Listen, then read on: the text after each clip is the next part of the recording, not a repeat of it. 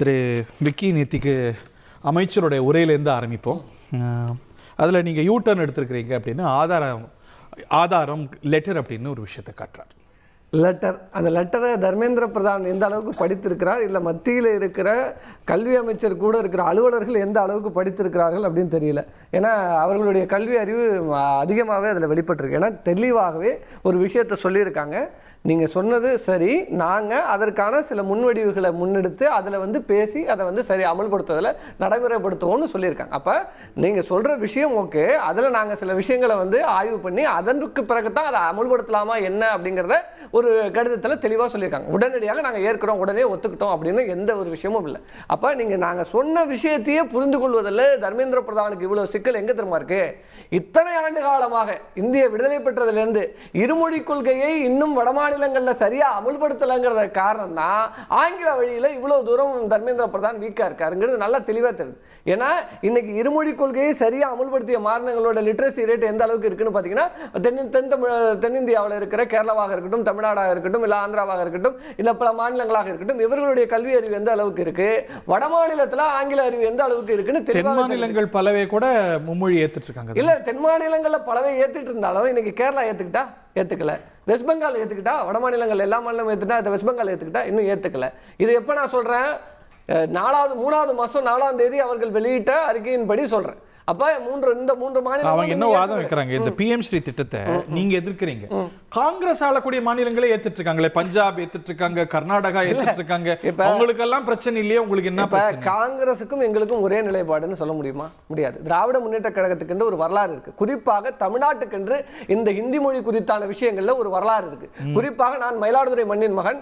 மயிலாடுதுறையில இந்தி மொழிக்காக எதிர்த்து தன் உயிரை தியாகமாக செய்த மயிலாடுதுறை சாரங்கபாணி என் மண்ணின் மைந்தன். மயிலாடுதுறை சாரங்கபாணி மட்டுமல்ல, கீழப்பழுவூர் சின்னசாமியிலிருந்து அரங்கநாதனிலிருந்து எனக்கு எண்ணற்றோர் இந்த மொழிக்காக உயிர் தியாகம் செய்திருக்கிறார்கள். அப்படிப்பட்ட உயிர் தியாகத்தை நாங்கள் வீணடிக்க விரும்பவில்லை. அதெல்லாம் சாதாரணமாக அவ்வளவு தூரம் விட்டு கொடுத்து விட்டு போயிட விட முடியாது. அதனால நான் என்ன சொல்றேன்னா, ஒரு அரசு இந்த விஷயத்துல திணிக்க முடியாதுன்னு இருக்கு. ஏன்னா கல்விங்கிறது கன்கரண்ட் லிஸ்ட்ல இருக்கு.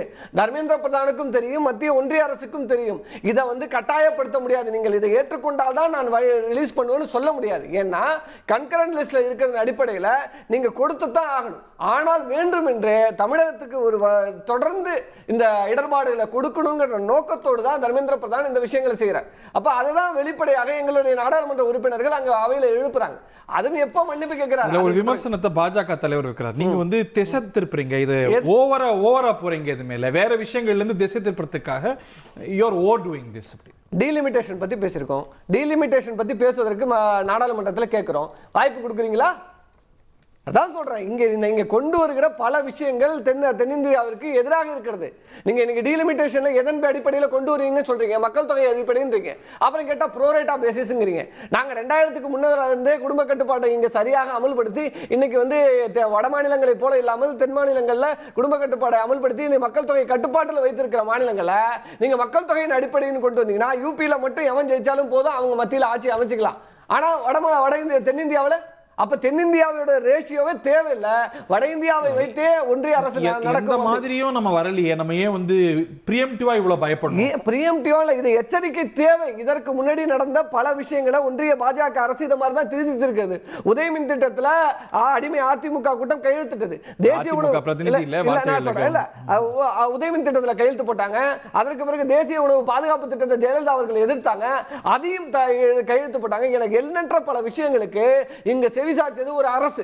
அந்த அரசின் விளைவு தான் இன்னைக்கு உதயமின் திட்டத்தின் மூலமாக இங்க தமிழ்நாட்டில் இன்னைக்கு மின்சாரத்துறையில் ஏற்பட்டிருக்க பல்வேறு நெருக்கடிகள், மின்சார உயர்வு கருதுறீங்க. திரு ஸ்ரீகாந்த் இதுக்கு பதில் சொல்லுங்க. கடுமையான எதிர்வினை ஆற்றியிருக்கிறார் தமிழ்நாடு முதலமைச்சர். ஒரு காவி கொள்கையை கொண்டு வரணும்னு நினைக்கிறீங்க, நாகரிகம் இல்லைன்னு யாரை பேசுறீங்க அப்படின்னு அடுக்கடுக்கான உங்களுடைய பேச்சுக்களுக்கெல்லாம் பதிலடி கொடுத்திருக்கிறார். அதுல நிறைய மெரிட் இருக்கிறதா தானே பார்க்க முடியும். அனைவருக்கும் வணக்கம். அதாவது முதல்ல ஒரு கருத்துக்காக நான் பதில் சொல்கிறேன்.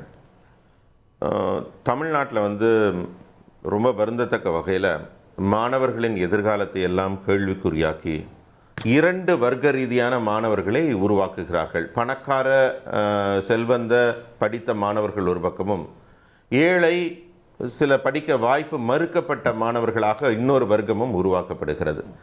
இதை தவிர்க்க வேண்டும் என்றுதான் எங்களுடைய கட்சியும் எங்களுடைய தலைவர்களும் அரும்பாடுபட்டு கொண்டிருக்கிறார்கள். மிக முக்கியமாக சொல்ல வேண்டும் என்றால் இதில் கொஞ்சம் தெளிவாக யோசிச்சோன்னா, திமுக ஒரு வரட்டு பிடிவாதத்தினால மாணவர்களுக்கு தமிழ் படிக்க கிடைத்திருக்கும் அருமையான வாய்ப்பை தடுத்து கொண்டிருக்கிறது. அதாவது பெரிய பெரிய தியாகங்களை எல்லாம் தமிழ் படிக்க கிடைக்கக்கூடிய வாய்ப்பா நீங்க தான் கொடுக்குறீங்களா? ஆமாம், நாங்கள் தான் கொடுக்குறோம். 1937 முதல் ஹிந்தி எதிர்ப்பு போர் நடத்திய முத்தமிழ் காவலரின் பேரனாகிய நான் சொல்லுகிறேன், எங்கள் தாத்தா மரணப்படுக்கையில் வருத்தப்பட்டது என்னன்னா, நாங்கள் இருமொழி கொள்கை வேணும்னு பாடுபட்டு தப்பு செஞ்சுட்டோம். இதனால மக்களுக்கு என்னாச்சுன்னா தமிழை கட்டாயமாக்கல. இன்னைக்கு தமிழ்நாட்டில் தமிழே படிக்காமல் 1ஆம் வகுப்புலேருந்து காலேஜ் வரைக்கும் படிச்சுட்டு போகக்கூடிய சூழல் போச்சு. ஆங்கிலம் கட்டாயமாகி போய்விட்டது. அதே மாதிரி தமிழை தவிர்த்துட்டு தெலுங்கு படிக்கலாம், உருது படிக்கலாம், நீங்கள் சமஸ்கிருதம் கூட படிக்கலாம், பிரெஞ்சு படிக்கலாம், ஜெர்மன் படிக்கலாம், படிச்சுட்டு போகலாம். அப்போ தமிழே படிக்காத ஒரு சமுதாயம் உருவாகிவிட்டது. இதுக்காக வருத்தப்பட்டார். மும்மொழி கொள்கை வந்திருந்தால் ஒருவேளை தமிழ் கட்டாயமாக இருக்கும், எனக்கு சாகரத்துக்குள்ள தமிழ் கட்டாய பாடமாக வேண்டும்னார். அந்த கனவை நிறைவேற்றி இருப்பவர் மோடி அவர்கள். நீங்க நல்லா பாருங்க, 48 சர்வப்பள்ளி ராதாகிருஷ்ணன் கமிஷன். இல்ல, இப்ப எனக்கு இந்த அரசுடைய இலக்கு, இந்த புதிய கல்விக் கொள்கையுடைய இலக்கு அப்படிங்கிறது தமிழ் எல்லாரும் கற்கணுங்கிறது தான். அந்த இலக்குக்காகத்தான், அந்த உயரிய நோக்கத்துக்காக தான் இந்த கொள்கையே கொண்டு வரப்பட்டதுன்னு சொல்றீங்க போட்டிருக்கே. இன்னும் கொஞ்சம் நான் நமக்கு புரிதலுக்காக சொன்னேன். ஒவ்வொரு மாநிலத்திலும் அந்த தாய்மொழி கட்டாய பாடமாகப்பட்டு இருக்கிறது. அப்ப தமிழ்நாட்டில் முதல் முறையாக திமுகவும் செய்யல, அதற்கு முன்னர் இருந்த ஆட்சிகள் யாருமே செய்யாத தமிழை கட்டாய பாடமாக மோடி அவர்களாக்கி இருக்கிறார். தமிழை படிச்சாதான் நீ படிக்க முடியும். நீ உருது மட்டும் படிச்சுட்டு போக முடியாது, நீ ஜெர்மன் மட்டும் படிச்சுட்டு போக முடியாது. இங்க எனக்கு சொல்லுங்க, இந்த டிபேட்டே தேவையில்லை. இந்த 2020 வந்திருக்க தேசிய கல்விக் கொள்கையில எங்கேயாவது ஒற்றை வரி ஹிந்தி மொழி கட்டாயம், சமஸ்கிருத மொழி கட்டாயம் படிக்கப்பட வேண்டும் என்ற ஒற்றை சொல் இருந்தால் மூணாவதா எது உட்காருங்க? அது ஒரு இயல்பான புரிதல் இல்ல. நான் 2 மொழியில நான் இப்ப உருதும் நான் தமிழை தவிர்த்துட்டு ஆங்கிலமும் படிச்சுட்டு போயிடுறேன். மூணாவதா எது உட்காரும்? இன்றைக்கு படிக்கிற மாணவர்கள் 50% அதிகமானோர் தமிழை தவிர்த்து விட்டு படிக்கிறார்கள். தமிழ்நாட்டில் இருக்கிற தமிழ் பள்ளிக்கூடங்கள், அரசு நடத்துகிற பள்ளிக்கூடங்கள்ல இவர் சொல்ற மாதிரி எந்த ஒரு விஷயமும் கிடையாது. இவர் சொல்றது நீங்க பேசுறப்ப சமச்சீர் கல்வி, சமச்சீர் கல்வி நீங்க நெறியாளரா? நீங்க நெறியாளரா? பதில் சொல்லிட்டு இருக்கேன். நான் பதில் சொல்லிட்டு இருக்கேன். நீங்க சொல்லிட்டீங்க. நாங்க பேசிக்கிறோம்.